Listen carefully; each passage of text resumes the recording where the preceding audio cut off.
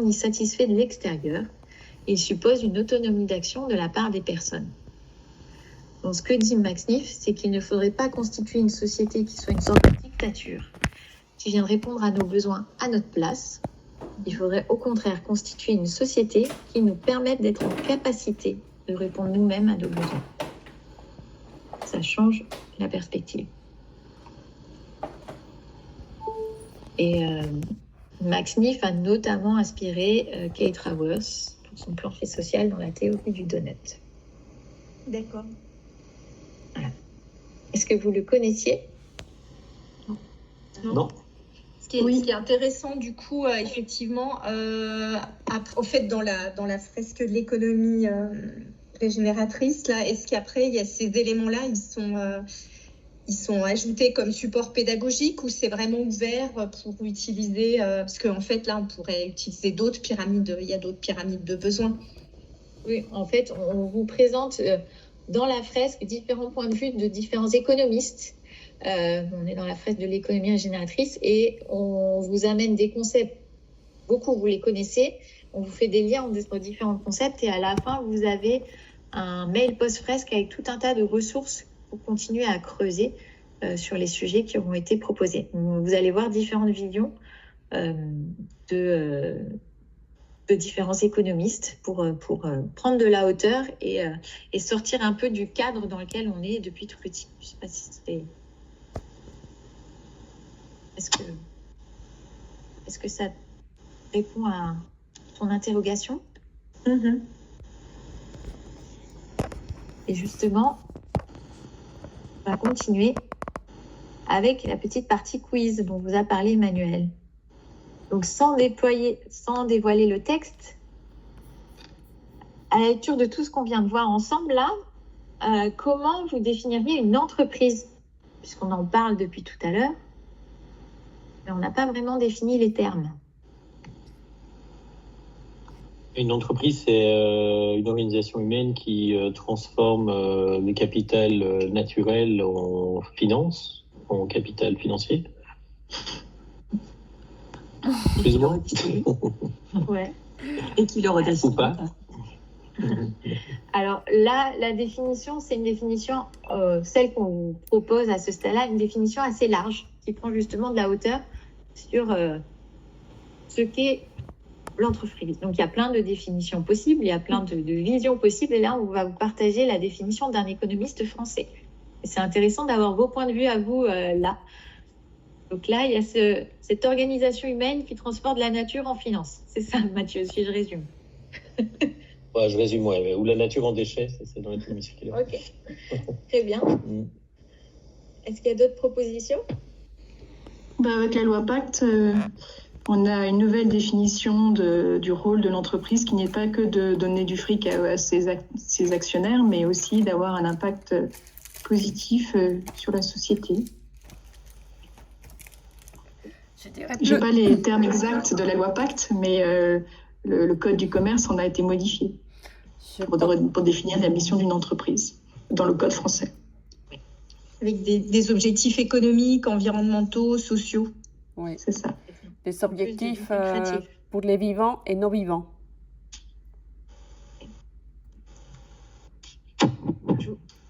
Quelqu'un a révélé la définition. Et du coup, là, on revient à l'étymologie du terme. Pour Jacques Weber, entreprise, ça vient de entreprendre. On prend ensemble, on fait ensemble, on met au pot commun des moyens humains, techniques et financiers pour l'atteinte d'un but partagé. On a envie de faire quelque chose, et on met tous ce qu'on a pour y parvenir ensemble. C'est des humains qui se retrouvent sur un objectif commun. Voilà la définition de cet économiste français Jacques Weber, dans laquelle on peut retrouver aussi des associations, des ONG, même certaines institutions publiques. Et des religions aussi, c'est un peu particulier. Ouais. On prend de la hauteur, on fait des pas de côté. C'est très large.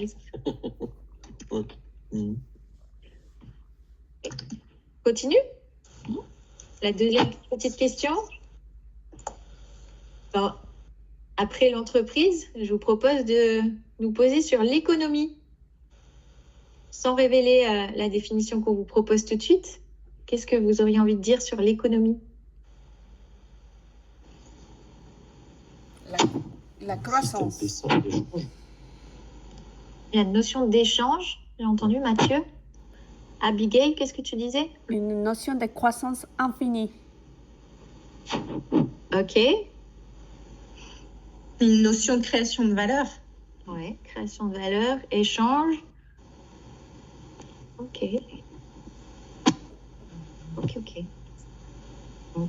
Je vous partage la définition qu'on vous propose. Donc, la première partie de la définition, c'est Larousse, dictionnaire.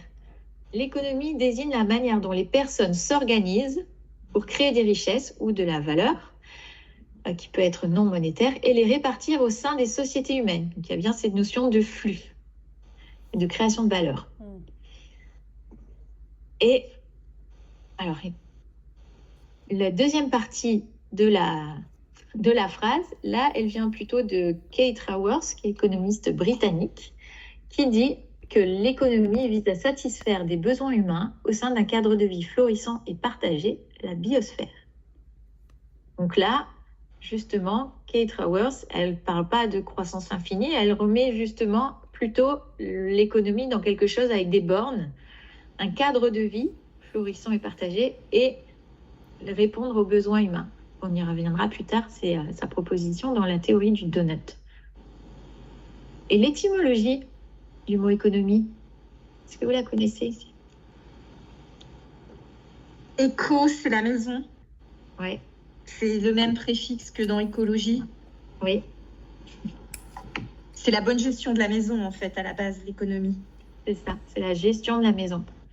Et l'écologie, c'est la connaissance de la maison. Oikos logos pour l'écologie, oikos nomos pour l'économie.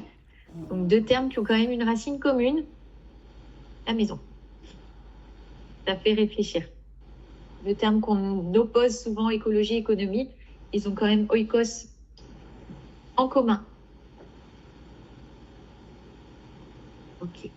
On continue avec la dernière petite carte quiz. Attention, ça se corse un peu. Le modèle économique d'une entreprise.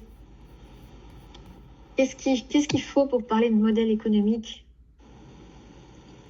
C'est la recette qui permet de transformer la valeur créée par le client en bénéfice. Évidemment. Donc, il y a une création de valeur. Du coup, si tu dis au départ, il y a un modèle de valeur, l'entreprise va créer de la valeur. Et il y a une idée de transformation. C'est donc pour avoir des bénéfices, donc c'est le modèle d'affaires. Comment est-ce que cette valeur, elle est transférée à une autre entité? Ok. Et qu'est-ce qui est sous-jacent à tout ça?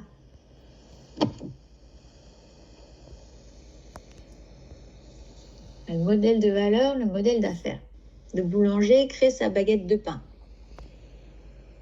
Et quelqu'un vient l'acheter.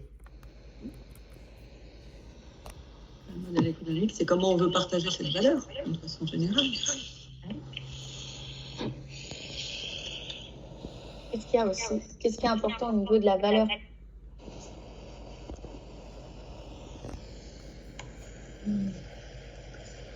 Pour moi, c'est la façon dont on la partage, mais après... Dans la notion de partage, il y a quelque chose qui est crucial. À qui on la partage? À qui? Et surtout, quelle valeur comment est-ce qu'on reconnaît la valeur? Quel prix on donne ou quelle contrepartie on donne à ce qui est échangé, qui peut être non monétaire. C'est la reconnaissance de la valeur par les deux parties. Et ça se fait soit sous la forme d'un contrat, c'est explicite. Le boulanger, il affiche son prix. Soit c'est quelque chose c'est une convention, c'est implicite, on ne questionne même plus. Par exemple, si je vous sors un billet de 10 € là, et je vous demande combien ça vaut, vous allez me dire, vous allez tous me dire que ça vaut 10 €. Oui. Ce petit bout de papier avec écrit 10 dessus.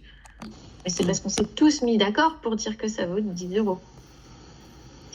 En fait, l'économie repose aussi beaucoup sur des conventions, sur des récits. Une convention, oui. On ne questionne même plus. On baigne dedans. Et pourtant, ça évolue au cours du temps. Il y a quelques décennies, on donnait bien plus de valeur à notre alimentation et on dépensait beaucoup plus pour notre alimentation qu'aujourd'hui. Ça dépend du contexte aussi. Si vous êtes sur une île déserte, peut-être qu'une Rolex ne va pas avoir beaucoup d'importance par rapport à de l'eau. Vous n'allez pas donner la même valeur aux choses. Et bonjour petit chat, Crispy. Bonjour Crispy.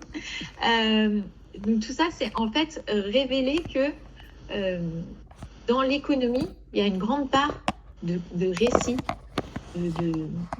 de conventions qui ne tiennent à rien. Juste, on s'est mis d'accord pour donner cette valeur à quelque chose. Et ces récits, ça se change, ça évolue. Et c'est simplement en prendre conscience. Est-ce que vous avez des réactions, des partages? Oui, tout à fait d'accord. Le fait que les ressources naturelles n'ont aucune valeur actuellement. Enfin, en tout cas, aucune valeur monétaire. Le pétrole, on ne le paye pas. On paye son extraction, on paye tout le reste, mais on ne paye pas le pétrole. C'est un peu open bar aujourd'hui. On prélève, ça n'a pas de valeur monétaire, donc ça n'a pas de valeur. Donc on n'en prend pas soin. Un vrai sujet. Tous les services reproductifs, tous les services reproductifs qui sous-tendent la société, ils n'ont pas non plus beaucoup de valeur aujourd'hui. Oui. Si on se mettait à les valoriser, ça inverserait complètement la pyramide. Bien sûr. Oui. Je pense notamment à tous les métiers du care global. Soit qui sont sous-valorisés, soit qui sont carrément pas valorisés. Invisibilisés, complètement. Pas pris en compte. Et pour autant, c'est un service qui est essentiel à la société puisque ça produit les personnes qui vont travailler dans les sociétés et faire tourner les outils de production. Mais c'est invisibilisé. Et de nombreux travaux montrent que comme c'est invisibilisé dans des tas de cultures et laissé de côté, si ce n'est pas l'État qui en prend la charge, ce sont les femmes. À travers le monde, ce sont toujours les femmes qui s'occupent soit des enfants, et des enfants et des personnes âgées. C'est un vrai sujet, notamment dans toutes les réflexions et tous les travaux sur le revenu universel et la valorisation du travail des femmes. Encore le soin des humains mental, mais pas le soin de l'environnement. La dépollution n'est jamais prise en compte. Oui. Je vous propose qu'on clôture cette partie, cette entrée qui était assez conséquente, comme je vous le disais, avant d'entamer un plat assez indigeste. Je vous propose de peut-être reprendre notre pyramide de départ. Et vous voyez que je prends en main ce jouet qui était derrière, qui peut-être questionner, attiser votre curiosité. Est-ce que vous voyez notre pyramide là en 3D? Oui. La pyramide des capitaux. Donc, notre capital financier, notre capital productif, capital humain, capital social, capital écologique, capital naturel. Donc ces deux niveaux sont finalement des communs sur lesquels repose l'économie aujourd'hui. Et je vous propose de regarder cette pyramide qui est devenue un cône, un empilable, et de le regarder comme ça. Qu'est-ce que vous voyez finalement si on mettait tout ça à plat? C'est quoi la représentation que vous auriez en 2D?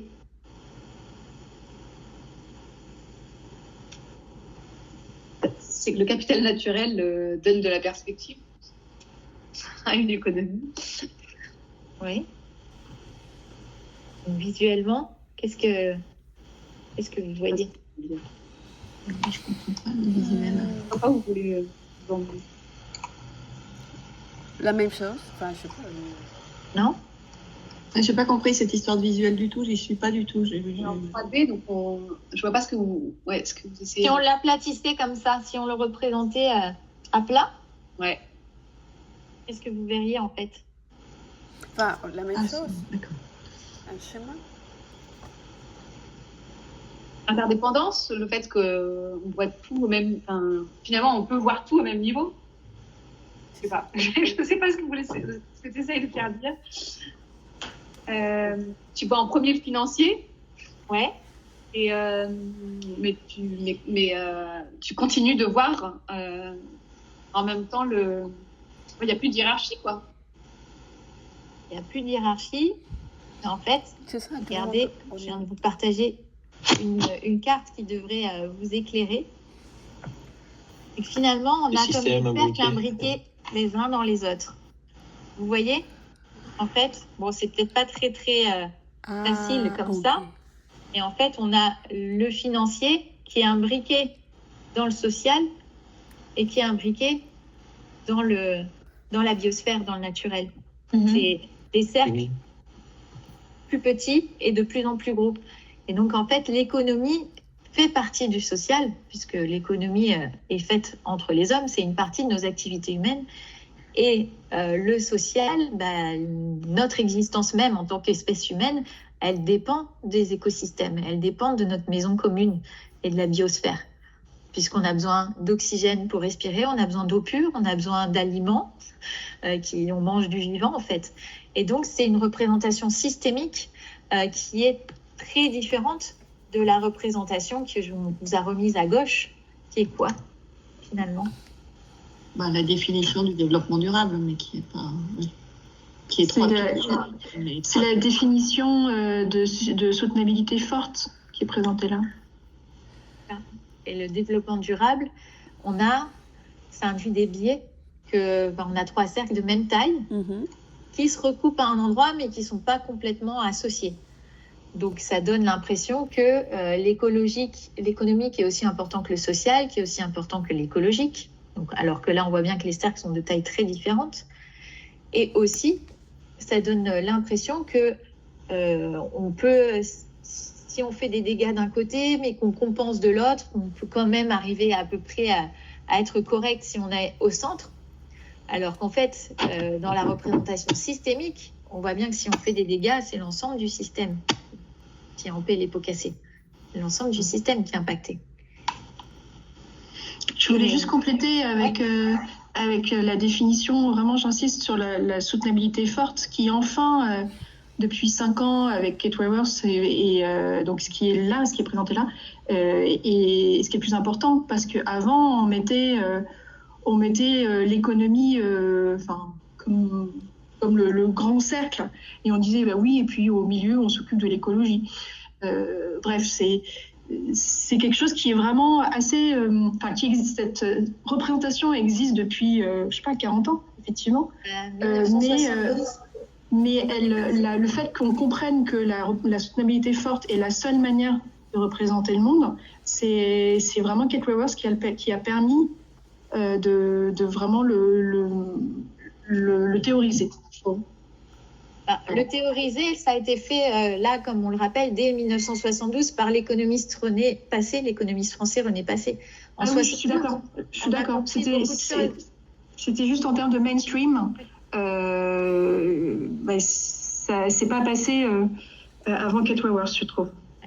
On a su plein de choses en 72. On a aussi eu le rapport Meadows sur les limites de la croissance, la même année.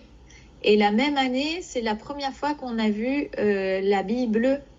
Apollo 17 a pris en photo la Terre entièrement éclairée. Pour la première fois, on a pris conscience du caractère unique de notre maison commune, cette petite bille bleue, ce pale blue dot perdu dans l'espace froid et obscur. Donc, on a pris conscience de la maison commune et de la systémie. Mais en 87, on est passé à une autre représentation qui a été conservée, gardée dans nos esprits. Et le rapport Watson, c'était Reagan et c'était Thatcher, c'était pas... Voilà, c'était autre chose. Pardon ? Je dis, les 3 piliers du développement durable et qui sont à côté, c'est le rapport Brundtland et c'est Reagan et Thatcher à l'époque qui ont assis quand même ces éléments-là. et qui a pris le pas pendant quelques décennies. Et donc, merci à Kate Raworth pour sa vision systémique d'aujourd'hui. Mais les années 70, on a aussi eu la permaculture. Enfin, il y a beaucoup de choses qui ont été comprises à ce moment-là. Et le jour du dépassement, en 71, c'était le 29 décembre. Voilà, juste pour rappeler des petites notions comme ça. Donc voilà, on a finalement cette première partie de la fresque qui nous permet de ranger un petit peu des éléments dont on a conscience mais qui ne sont pas forcément reliés et de révéler des impensés, de révéler des images qui nous permettent effectivement de prendre conscience du caractère systémique de l'économie et de la remettre à sa bonne place. En fait, la gestion de la maison, faut commencer par mettre les choses au bon endroit et de ranger la chambre pour bien comprendre grâce à qui nous existons et de qui nous devons prendre soin. Et juste sans parler du fait qu'on ne parle que d'une théorie économique et qu'il y en a plein d'autres qui ont existé. Je ne m'abuse. Il n'y a que la théorie économique de la mainstream qu'on entend aujourd'hui, celle qui pousse la croissance. C'est le système capitaliste, tel qu'il existe, mais il y a eu plein d'autres théories qu'on n'apprend pas à l'école. Et oui, on baigne dans des récits. Et il y en a plusieurs, mais peut-être qu'on n'en suit qu'un seul aujourd'hui et qu'il va falloir questionner. En tout cas, la fresque, elle est là pour ça. Donc, de prendre conscience, de réfléchir différemment, questionner. Et on va voir où est-ce que tout ça va nous mener, puisque là, je vous invite à savourer un plat délicieux qui s'appelle les causes de l'effondrement. Donc, ça va être un petit peu indigeste, mais on est bien obligé de passer par là pour identifier les causes à tout ça pour pouvoir agir. Et donc là, je suis en train de vous distribuer des cartes toutes plus joyeuses les unes que les autres pour constituer un arbre des causes. Vous voyez, au-dessus des cartes que je viens de vous partager, un triangle. Et je vous invite à placer les cartes qui seront plutôt de l'ordre de conséquence, plutôt sur la droite, et les causes plutôt sur la gauche. Et au fur et à mesure que vous allez lire les cartes, vous allez les positionner et en intelligence collective, vous allez réussir à constituer votre arbre des causes. Et donc, je vous pose le décor de cette partie avec des warming stripes que je pense que je n'ai pas besoin de présenter à ce groupe. Climat, biodiversité, pénurie de ressources, inégalité, guerre. Le système Terre et sa capacité d'autorégulation sont aujourd'hui mises à mal par les activités humaines. Voilà pour cette partie pas forcément joyeuse. Et je vous invite, comme au premier tour, à être assez dynamique dans la lecture des cartes. Une fois que vous les avez lues, les positionner dans le triangle. Et si vous avez déjà une idée de cause-conséquence, vous pouvez commencer à mettre à droite ou à gauche. Et puis au fur et à mesure, vous allez trouver l'assemblage qui vous semble pertinent. Okay. Alors, je vois qu'il y a des... Alors, je reprends les consignes. Je vous invite à lire les cartes et ensuite à les positionner au milieu. Mais les lire à voix haute pour que tout le monde les entende. Ok. Alors, le réchauffement climatique. Le deuxième volume du 6e rapport du GIEC alerte sur une augmentation des risques systémiques et globaux liés au changement climatique dans toutes les régions du monde, en particulier les plus vulnérables. C'est la première, je la monte. Voilà. Je laisse lire qui veut pour la suite. Voilà. Allez-y, en mode assez dynamique. Les inégalités. Les inégalités peuvent résulter indirectement et involontairement d'une activité. Par exemple, la course au prix à travers le moins 10 ans peut avoir un impact fort sur la manière dont la valeur sera répartie au sein de la chaîne de valeur. Et donc, il y a une carte sur ma carte, j'arrive plus à lire. Donc je peux plus lire. Je peux bouger la double.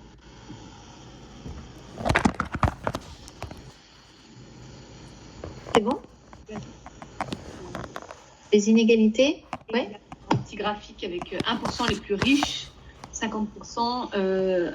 Alors, comment ça se lit?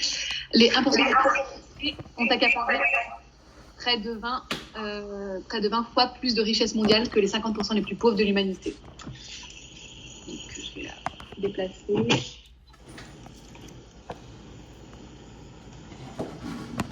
Peut-être Bastien, qu'on n'entend pas beaucoup.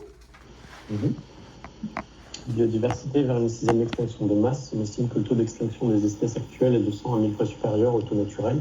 Au-delà des extinctions d'espèces, la chute des populations et de la diversité génétique réduisent la capacité des espèces à s'adapter aux changements et réduisent la diversité fonctionnelle des écosystèmes. Et avec le dépassement des limites planétaires, le Stockholm Resilience Center a analysé 9 limites planétaires dont le respect conditionne la capacité des sociétés humaines à se maintenir.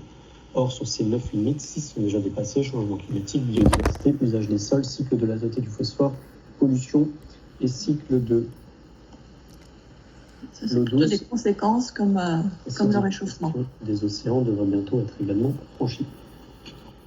Oui, on est bientôt à 7 sur 9, oui, malheureusement. Et certaines qu'on ne connaît pas, dont on n'a pas les chiffres. Ouais.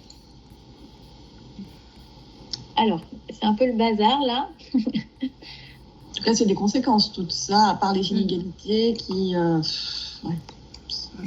Oui, on peut mettre aussi dans les causes.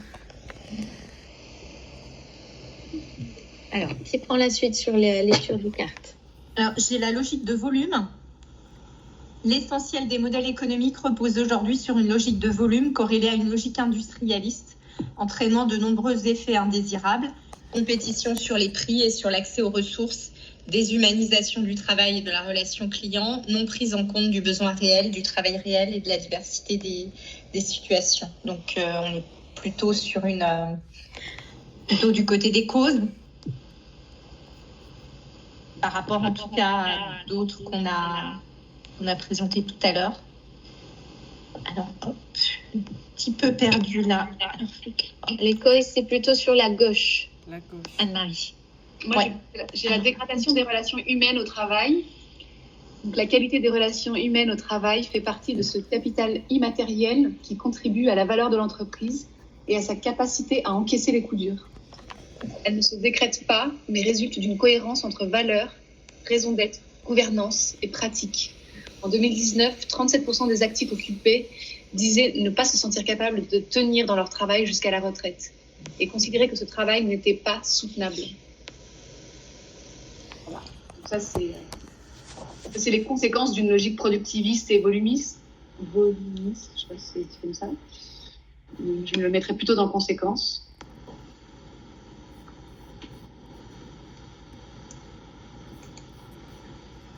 Il y avait encore quelques cartes joyeuses.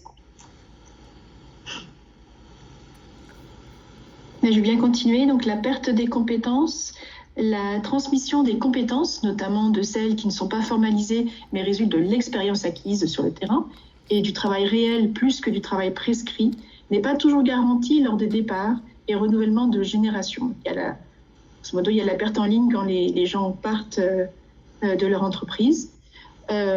La saturation des marchés, la révolution industrielle et la logique industrialiste qui lui est associée a eu lieu dans un contexte de forte croissance de la population et des besoins humains.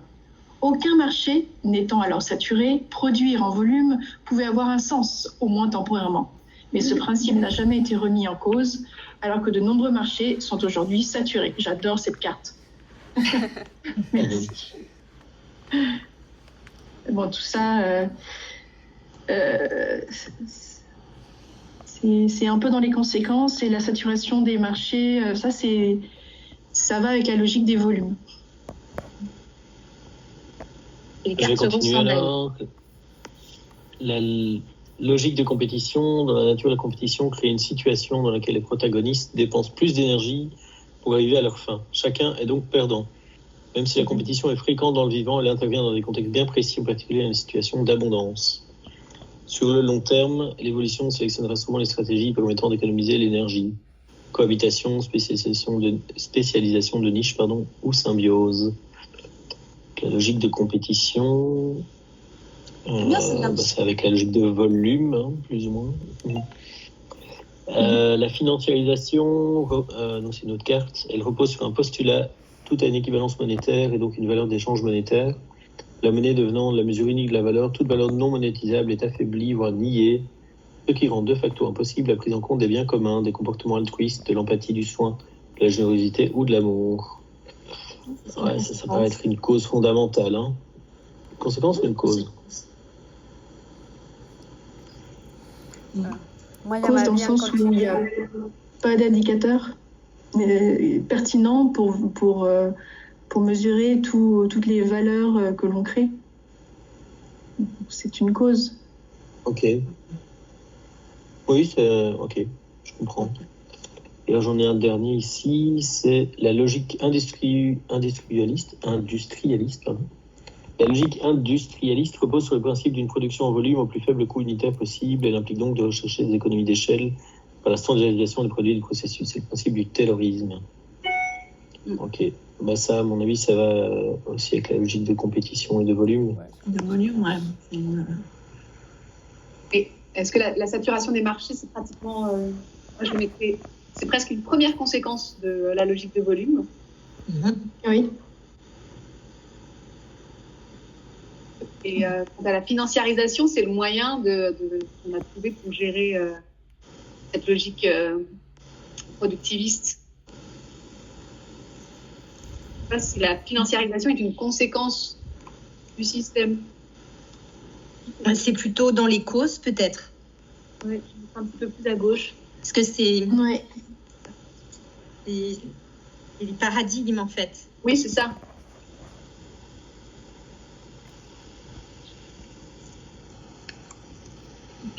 Continue. Les difficultés à recruter. De plus en plus de personnes refusent aujourd'hui les postes qui ne correspondent pas aux chances qu'elles recherchent. Pensez aux bifurqueurs ou à la grande démission. Sur des marchés parfois tendus, ce qu'on appelle la marque employeur, c'est-à-dire la réputation et les valeurs de l'entreprise, peuvent faire la différence pour attirer et garder les talents.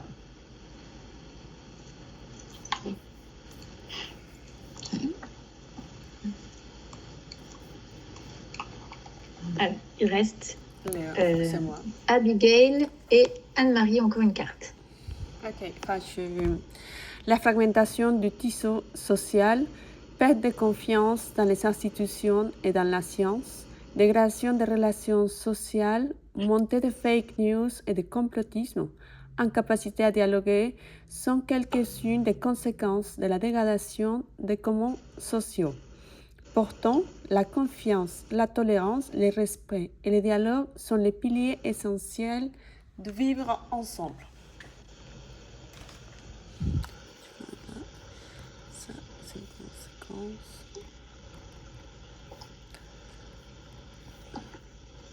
Oui. Ensuite, Anne-Marie, tu veux bien lire Voilà, ta carte? je vais prendre donc la détérioration de la santé, définie par l'OMS comme un état de complet bien-être physique, mental et social. La santé est un bien commun aujourd'hui souvent dégradé par les activités économiques, alors même que l'employeur est tenu d'assurer la sécurité et de protéger la santé physique et mentale des travailleurs. Donc ça, on va pouvoir la placer en fait. On a dégradation des relations humaines au travail. Bah, Donc, moi, je le mettrais bien quelque part par ici. Après, je sais pas, on organisera peut-être mieux après. Personnellement, j'aimerais bien le mettre en conséquence finale. C'est détérioration de la santé, détérioration de la santé de la terre, détérioration du tissu social. C'est très bien, si on peut le mettre effectivement là. Il reste une carte, les externalités. Abigail, qui était de ton côté. Les externalités. Une externalité en économie, c'est un effet non intentionnel sur un tiers. Ici ou ailleurs, aujourd'hui ou demain, directement ou indirectement. Cet effet non intentionnel peut être positif, donc augmenter la valeur créée, ou négatif, et donc venir en déduction de la valeur créée. Il ne donne lieu à aucune rétribution ni compensation. Externalité. Voilà. Donc là, dans notre arbre des causes, c'est plutôt des externalités négatives. Oui, tout à fait. Elles peuvent être positives avec une carte beaucoup plus sympa, mais là, on est plutôt dans le négatif. Ok, vous avez révélé toutes vos cartes. Non, et même travail que dans la première partie, il faut organiser tout ça dans un triangle. Donc avec les causes plutôt à gauche, les conséquences plutôt à droite. Est-ce que vous avez envie de bouger encore des choses ou est-ce que vous êtes à l'aise avec ça, sachant que il y a des boucles de rétroaction un peu dans tous les sens, hein, ici, ça s'entremêle de partout et on va pas s'amuser à faire les flèches parce que ça deviendrait vraiment le chaos.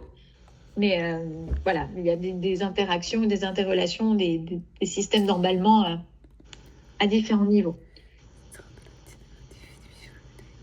Alors, la saturation des marchés, moi je l'aurais mis peut-être plutôt après en fait la logique de volume, la logique industrialiste. Ah oui, Ouais, parce que tu satures. c'est la première Mais je sais conséquence. pas, voilà. Ouais. Ouais, c'est-à-dire produire en volume pouvait avoir un sens à un moment donné, au moins temporairement, mais ça n'a pas été remis en cause alors qu'aujourd'hui de nombreux marchés sont saturés. Et en fait, je ferais bien une différence entre ce groupe de cartes qui est sur la logique de compétition industrialiste, saturation des marchés, volume et financiarisation à gauche. Et puis, il y a l'aspect externalité qui vient juste après et qui après fait le lien après avec toutes les autres cartes. Ouais. En tout cas, c'est comme ça qu'on l'a vu avec Emmanuel. C'est un peu une carte pivot, la carte externalité. C'est un petit peu la poussière sous le tapis. Tout ce qu'on ne veut pas vraiment regarder, voilà, on produit nos biens et services et on ne regarde pas les conséquences, les effets non intentionnels, on ne veut surtout pas les voir. Et qu'il va peut-être falloir soulever le tapis pour découvrir les conséquences de nos modes de production, notre façon de gérer la maison aujourd'hui. Donc, alors, je ne sais pas si en termes de représentation, externalité, c'est justement une carte pivot entre deux groupes de cartes, ou si on met dans la même verticale les conséquences et la carte externalité. Ça, c'est une représentation. Ça va plutôt ici, non? Est-ce que si c'est comme ça, c'est quelque chose... Non, avec l'externalité justement qui fait le lien. Et le pivot. Logique. Est-ce que c'est ça que Après, tu souhaitais? c'est à vous que ça doit parler, mais nous, avec Emmanuel, on l'a conçu comme ça. On a vraiment cette carte externalité un petit peu au milieu entre des logiques qui sont liées à notre manière de produire et de faire l'économie, et puis tout ce qu'il y a comme conséquences, et il y a des conséquences à différents niveaux. Et comme je vous ai dit, dans cette fresque, on prend un peu de hauteur. Et justement, je vous invite à peut-être prendre un peu de hauteur aussi sur ce qu'on a fait depuis le début de la fresque et regarder s'il y a des choses qui se révèlent.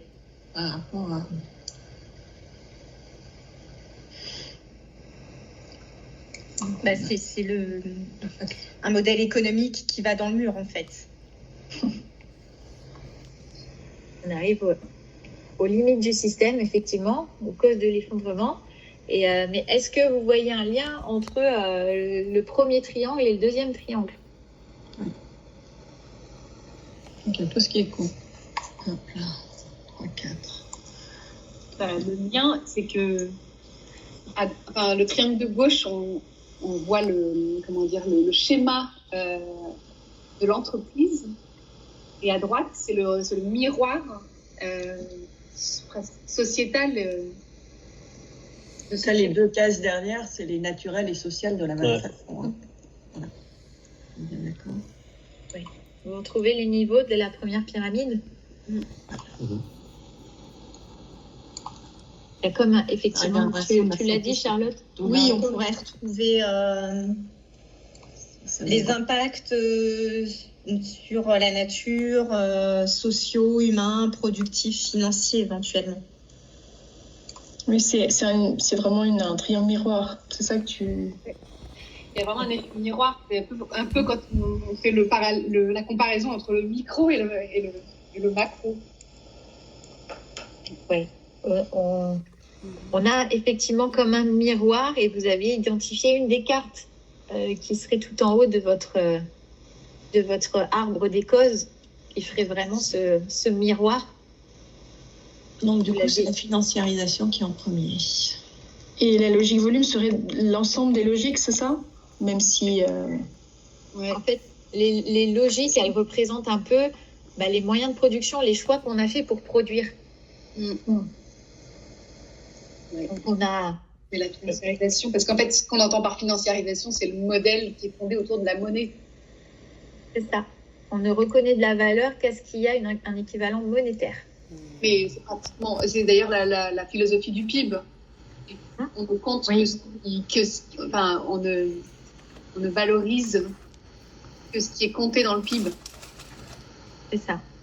Et donc, on a voulu maximiser ce résultat économique, cette valeur monétaire, en réduisant les coûts. Et donc, on a choisi, on a mis en œuvre la logique de volume, logique industrialiste, et puis la logique de compétition, toujours faire plus et mieux que les autres. Parce que la logique de volume, elle est liée au fait que pour rembourser son investissement, pour rembourser ses investisseurs et ses banques, on est obligé d'aller chercher de la croissance. Chaque entreprise dit ça. S'il n'y a pas de croissance, je ne peux pas rembourser les taux d'intérêt. C'est la base de la financiarisation des entreprises. Oui, c'est comme un vélo. En fait, il faut pédaler, sinon on tombe. Si je dois rembourser un emprunt à plus 5 avec un intérêt à 5%, il faut que je fasse, je caricature, mais il faut que je fasse 5% de croissance.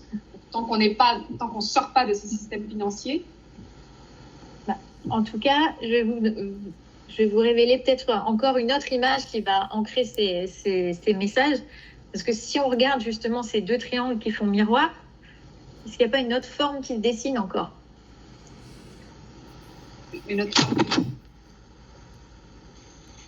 Ça vous évoque quoi, ces deux triangles qui se font face ? Une montre ? Ouais, presque comme une montre, l'ancêtre de la montre. Un sablier. Un sablier. Oui, Vous le voyez, le sablier ? Oui. Voilà. Regardez, on consomme énormément de ressources naturelles, de ressources sociales, de ressources humaines pour arriver à générer du résultat économique. Et en fait, dans ce goulot d'étranglement, on se focalise que sur cette valeur économique, qui est peut-être un des biais qui est responsable de beaucoup, peut-être pas le seul, mais en tout cas, c'en est un qui est assez fort. En se focalisant que sur ce résultat et cette valeur économique, on a fait nos choix de production en conséquence. Et puis, on n'a pas regardé, ce que je disais, la poussière sous le tapis, toutes les conséquences de ces choix qui avaient peut-être un sens à un moment donné, mais avec l'emballement du système, on a eu des conséquences sur le capital humain de l'entreprise. Vous avez en fait deux niveaux, la dégradation des relations humaines au travail, la perte des compétences, les difficultés à recruter, des conséquences au niveau social, fragmentation du tissu social, inégalité, santé qui se dégrade, et puis la maison qui brûle, le dépassement des limites planétaires.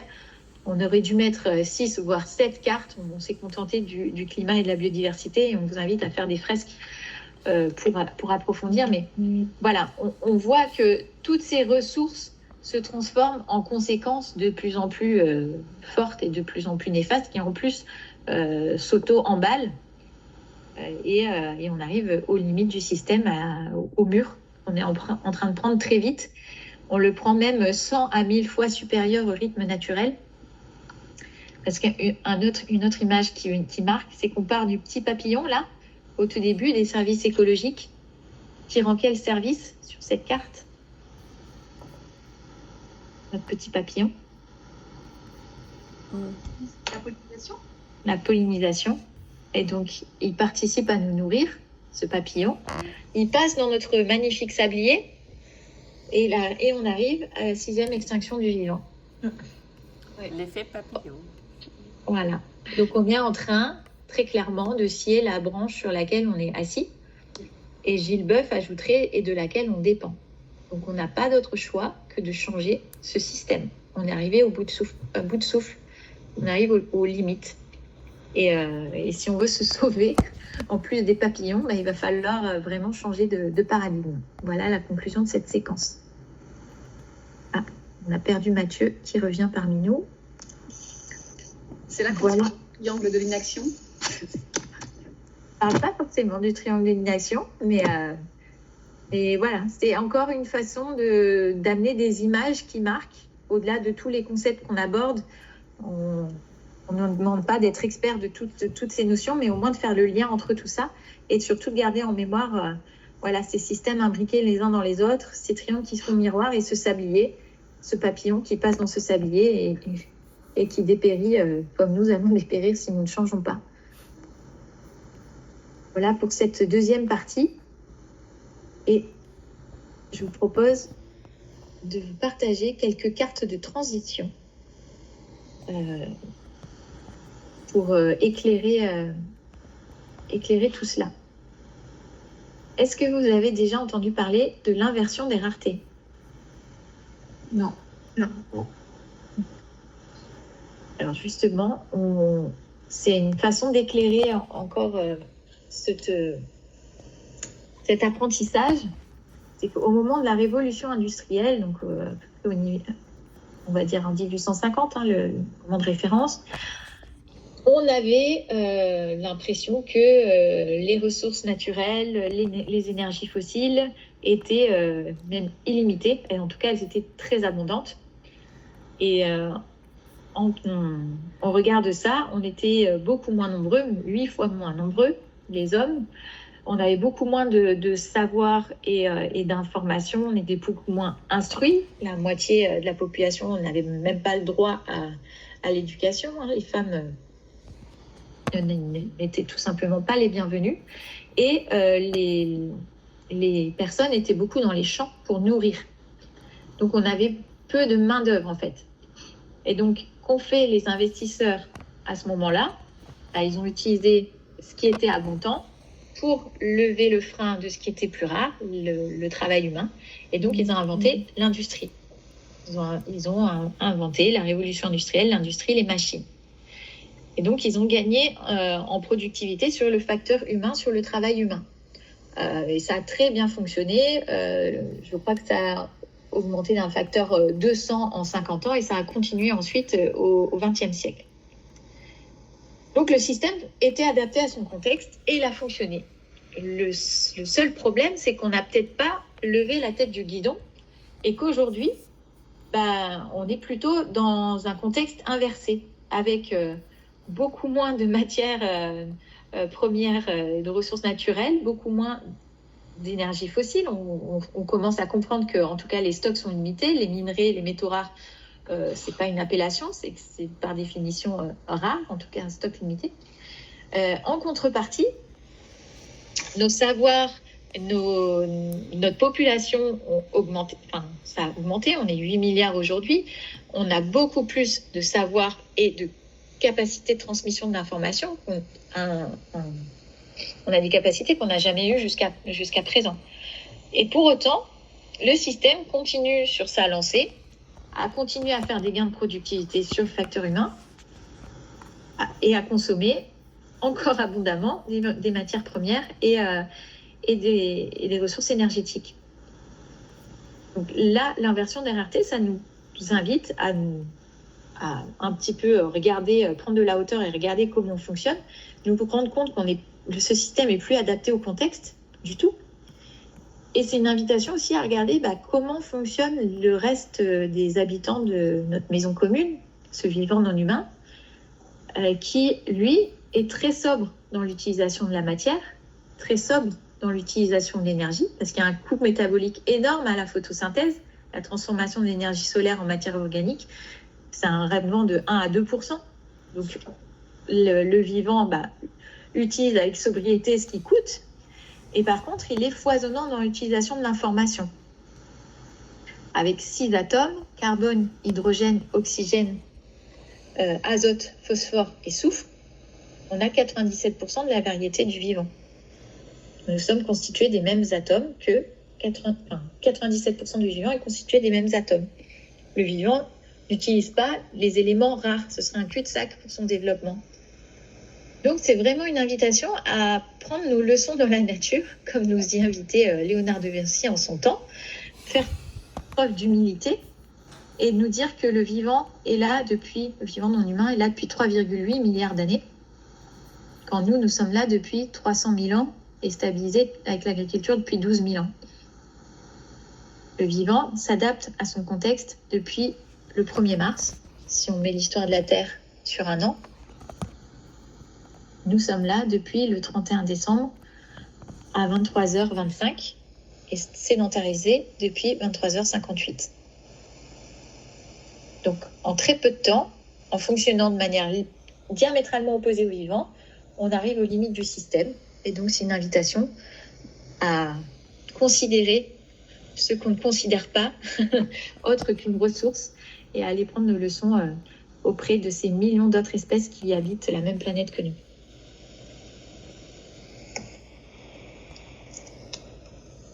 Et pour y parvenir, un autre élément, donc on en a parlé plusieurs fois, c'est une nouvelle représentation de l'économie. On a vu dans la fresque que c'est beaucoup de visuels et beaucoup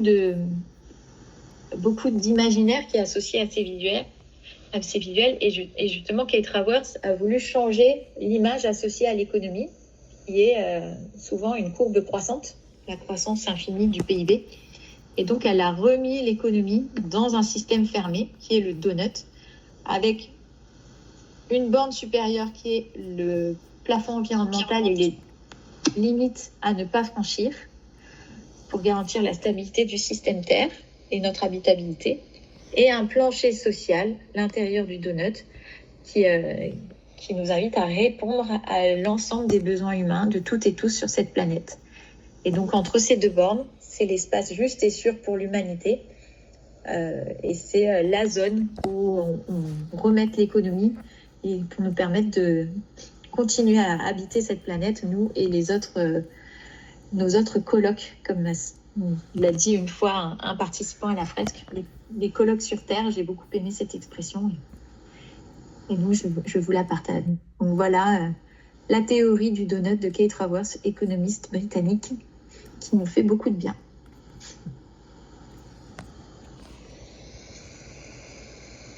Est-ce que vous avez des partages?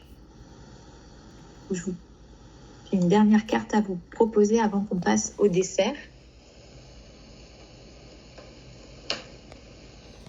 Vous avez des éléments à partager? Non.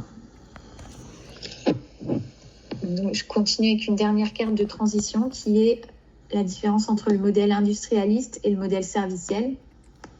Donc, comme on l'a vu, le modèle industrialiste est celui qu'on a choisi pour augmenter le résultat financier en en réduisant les coûts au minimum, donc qui nous emmène droit dans le mur.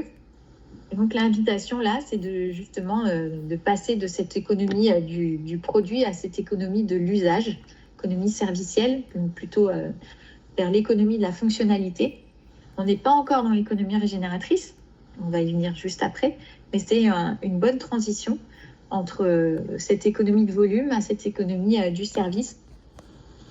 Il va tenir compte des coûts cachés et des externalités, adossé à une performance mesurable et reconnue par les deux parties. Et là, je peux vous partager un exemple d'une petite entreprise qui est basée près de Grenoble, qui s'appelle les établissements Cros, et qui vendait des compresseurs pour de l'air comprimé, pour des entreprises de la microélectronique ou des biotechnologies. Donc, c'est un élément clé, parce que si les compresseurs tombent en panne, c'est la chaîne de production qui s'arrête. Donc souvent, les clients mettaient des doubles machines avec une machine en backup et les changeaient régulièrement, tous les 4 ans. Donc ça faisait beaucoup d'utilisation de matière et beaucoup de pertes d'énergie, puisque un compresseur, ça génère beaucoup de chaleur quand on comprime un gaz.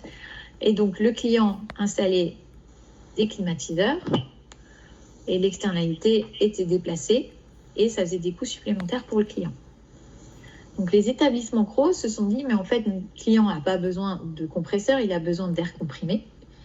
Donc ils ont travaillé les modèles pour rester propriétaires des compresseurs et vendre de l'air comprimé aux clients. Donc avec des contrats plus long terme, plus conséquents pour absorber les investissements nécessaires à cette transformation. Et surtout en co-construction et en partage des informations qui étaient clés pour pouvoir permettre cette transformation. Et avec cette vente d'air comprimé et non plus de compresseurs, les machines sont passées d'une espérance de vie de 4 ans à 7 ans. Ils n'avaient plus besoin de mettre de backup parce qu'ils faisaient de la maintenance prévisionnelle avec les bonnes indications qui arrivaient en temps réel. Les techniciens pouvaient identifier ce qui allait tomber en panne. Et l'énergie perdue, la chaleur perdue était réintégrée dans les systèmes électriques. Et donc, c'était plus un coût caché, mais c'était au contraire l'impact positif finalement, puisque c'était réinvesti dans les circuits de l'entreprise. Et donc finalement, en se transformant sans être dans la régénération, mais déjà dans le serviciel, ils ont répondu à l'inversion des raretés, puisqu'ils ont été beaucoup plus sobres dans l'utilisation des matières, puisqu'ils ont doublé la durée de vie des matières, des compresseurs, donc, qui sont beaucoup plus réparables, etc. Ça a été aussi une réponse à la sobriété énergétique, puisque l'énergie perdue a été récupérée et valorisée. Et enfin, ça a été permis par une transmission d'informations clés entre le client et le producteur, qui a permis ces transformations. Donc, on a beaucoup plus valorisé l'information pour être beaucoup plus sobre dans la matière et l'énergie. Et ça a même été jusqu'à la transformation de l'organisation interne de l'entreprise, puisque avec cette transformation, ils se sont rendus compte que la personne qui avait les informations clés, qui savait exactement dans son contexte d'utilisation quand la machine allait tomber en panne, vous savez qui c'est en fait finalement, qui a ce savoir? C'est la personne qui est souvent oubliée des organigrammes. Le technicien. Le technicien de maintenance. Et c'est lui qui sait la machine, quel bruit elle fait. Voilà, là, ça veut dire que c'est ça qui va tomber. Donc, il sait anticiper les problèmes. Et donc, ils ont revu complètement leur organisation. Ils ont fait des business units avec le technicien de maintenance au cœur de tous les métiers pour un client donné. Et donc, c'est une transformation globale pour mieux valoriser l'information et être plus sobre dans la matière et l'énergie. Voilà comment on peut commencer à se transformer en passant du produit au service. Ce sont les établissements CRO. Et le cas est très bien décrit dans le livre Perma-économie d'Emmanuel, qui est sorti en 2016. Voilà simplement un petit éclairage avant d'entamer le dessert. Parce que vous êtes quand même venus pour ça. Mais on a besoin de faire un grand constat, un grand diagnostic de la situation avant de parler de régénération. C'est ce qu'on vient de faire pendant ce temps. Et là, je vais vous partager les cartes qui vous attendent pour cette dernière partie. Donc pareil, je distribue à côté de vos prénoms. Et pendant que je fais ça, je vous invite à partager, à raisonner par rapport à ce qu'on vient de voir, si vous avez quelque chose à nous dire, qui vous interpelle, qui vous gratte, qui vous questionne. C'est le moment.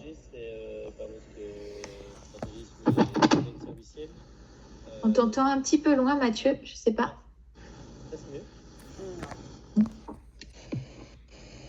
Je comprends pas. Tout à l'heure, on t'entendait bien.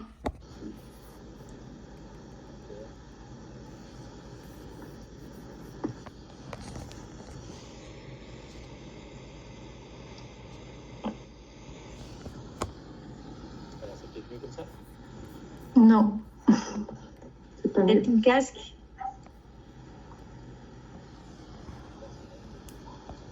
Je dirais que ton micro marche pas. Ouais. Voilà, comme ça fonctionne? Ouais. Ah, ok, bon, désolé. Petite problème technique. Non, là où je voulais réagir, c'est que après 10 ans passés chez Ikea, à différents niveaux, développement durable, économie circulaire, on a essayé avec 3 cofondateurs de lancer de la location de mobilier durable et modulaire. C'était en 2017 et on a été soutenu à fond par les experts en développement durable, en économie circulaire. La Fondation Ellen MacArthur nous a mis en avant dans le Circular Design Guide à l'époque. Donc super intéressant, mais le marché n'a pas du tout réagi et on n'a pas tenu plus de 18 mois, quoi. Donc il y a un level playing field où c'est plein de super concepts et idées. Et néanmoins, il y a des énormes barrières à l'entrée pour ce genre de système. Et donc, c'est là où je voulais réagir, parce que c'est quand j'ai appelé les services, les pouvoirs publics pour avoir des subsides ou quoi, on m'a dit « Ah non, la location, on ne fait pas ». Oui, c'est la base de la révolution de l'économie de la fonctionnalité. Donc, voilà, il y a tout un énorme décalage entre ce qui pourrait être fait et puis la compréhension du système actuel en termes de soutien, en termes d'ouverture. Parce que, deuxième point sur lequel je voulais réagir, et je pense que vous l'avez mentionné pour l'exemple de la vente d'air comprimé, c'est qu'il y a un besoin en capital énorme quand le matériel reste la propriété de l'entreprise et qu'on n'en vend que l'usage. Et donc, il y a un besoin de capitalisation gigantesque qui est en fait qui n'est possible que pour des acteurs de terrain, des entreprises déjà implantées. Pratiquement en tout cas. Donc, je vous donne un exemple pour la location de mobilier durable et modulaire. Nous, on démarrait de zéro. Donc, on avait un chouette concept, on avait créé beaucoup de modularité, on pouvait faire plusieurs meubles avec les mêmes modules de base. Bref, ce qui s'est passé, c'est que donc on s'est planté. C'était quand même une super aventure et j'ai appris plein de choses. Mais ce qui s'est passé, c'est que du coup, il y en a d'autres qui étaient installés depuis longtemps, qui revendaient du mobilier fabriqué ailleurs et qui ont décidé, avec les capitaux qu'ils avaient, de le louer plutôt que les vendre, sans la partie redesign du mobilier. Et donc, il y a plein de barrières avant d'arriver, malheureusement. Voilà. Donc, on va aller dans les solutions. Dans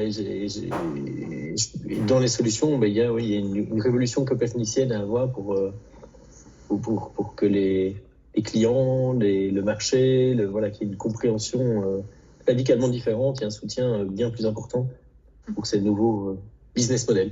Voilà, c'est ça que je voulais partager. Oui. Merci beaucoup pour ce partage, Mathieu. Moi, je peux juste dire que dans le cadre de la CEC Industrie, il y a ce qu'on appelle des projets communs. Et j'aide à voir comment aider les industriels à mettre en place l'économie de la fonctionnalité. Comment, dans chaque CEC, il pourrait y avoir des ateliers pour qu'on puisse penser à l'économie de la fonctionnalité. Moi, ça fait 5 ans que je travaille dessus. Quand j'étais à l'Institut national de l'économie circulaire, il y a 5 ans, j'avais travaillé avec Rabobank qui parlait déjà de ça. Oui. Ils n'avaient pas la clé. Ils n'avaient pas la clé parce qu'à cause de cet investissement de départ et à cause aussi de la valeur résiduelle, qui n'était pas du tout la valeur résiduelle de l'objet que l'on a à la fin, qu'on récupère à la fin, qui n'est pas du tout valorisé parce que quand c'est amorti, c'est un standard de comptabilité et quand c'est amorti, ça n'a pas de valeur. Et donc c'est très compliqué. Donc, ce problème-là, il y a Mobion qui faisait de la location de scooters, de flotte de scooters en B2B pour les vendeurs de pizza majoritairement. Et voilà, ils ont du mal. Ils ont eu du mal à le faire. Pour l'instant, ils sont un peu en stand-by. J'espère, je croise les doigts pour trouver des repreneurs. Voilà. C'est génial, cette demande de repenser la comptabilité pour amortir, au lieu de sur 3 ans, amortir sur 20 ans des pièces qui pourraient très bien, dans un meuble qui fait 3 ans, il y a des pièces en acier qui pourraient durer 20 ans. C'est dans ce cadre-là qu'on peut utiliser la comptabilité maximum à 20 ans pour amortir plus longtemps. Je ne suis pas en Belgique, mais... C'est une super question. Il y a une question. Il y a une question de timing. Donc, on est en plein dans le cœur du sujet, du débat. Je vous propose de découvrir la dernière partie parce qu'il faut quand même qu'on ait le temps de faire cette partie. Et j'ai encore quelques cartes à l'issue de cette partie à vous partager avant qu'on fasse une déclusion. Et on a jusqu'à 16h. Donc, voilà, je vais être obligée de décaler à un autre moment, mais vos partages qui sont hyper éclairants. Et merci pour ça. Et il y a des cartes sur lesquelles vous allez rebondir, j'en suis certaine. Donc, je vous propose qu'on aille donc sur cette dernière partie, donc le dessert, l'économie régénératrice. Et donc, je vous partage une définition qui est inspirée de l'aspect AFNOR, économie régénérative, qui vient de sortir. On ne l'a pas mise dans son intégralité parce qu'elle est très lourde, mais même celle-ci est encore lourde. Mais elle pose vraiment le cadre de de ce qu'est l'économie régénératrice. Et donc, cette économie régénératrice ou régénérative est un modèle d'activité visant à régénérer le vivant humain et non humain. Son modèle de création de valeur se caractérise par la recherche d'une prospérité écologique, sociale et économique, reposant sur l'intégrité des ressources naturelles et des capacités fonctionnelles et évolutives des systèmes vivants. Je vous laisse méditer sur cette définition qui est assez complexe, mais qui pose vraiment bien l'ensemble des éléments dont on a besoin pour comprendre ce qu'est l'économie régénératrice, qui est bien au-delà du zéro impact, du net zéro, de la neutralité carbone, du zéro déchet, de la zéro artificialisation nette. Donc on cherche à générer des impacts positifs et à créer les conditions du plein épanouissement du vivant humain et non humain. Et donc pour faire ça, donc normalement quand on est en présentiel, vous avez tout le bout de papier restant qui est blanc et qu'on ne touche pas. C'est à vous de faire votre propre représentation de l'économie régénératrice, contrairement à la partie diagnostic où il y avait une visée pédagogique, on nous a imposé les formes. En présentiel, vous faites preuve de créativité. Là, sur Mural, on est obligé de simplifier.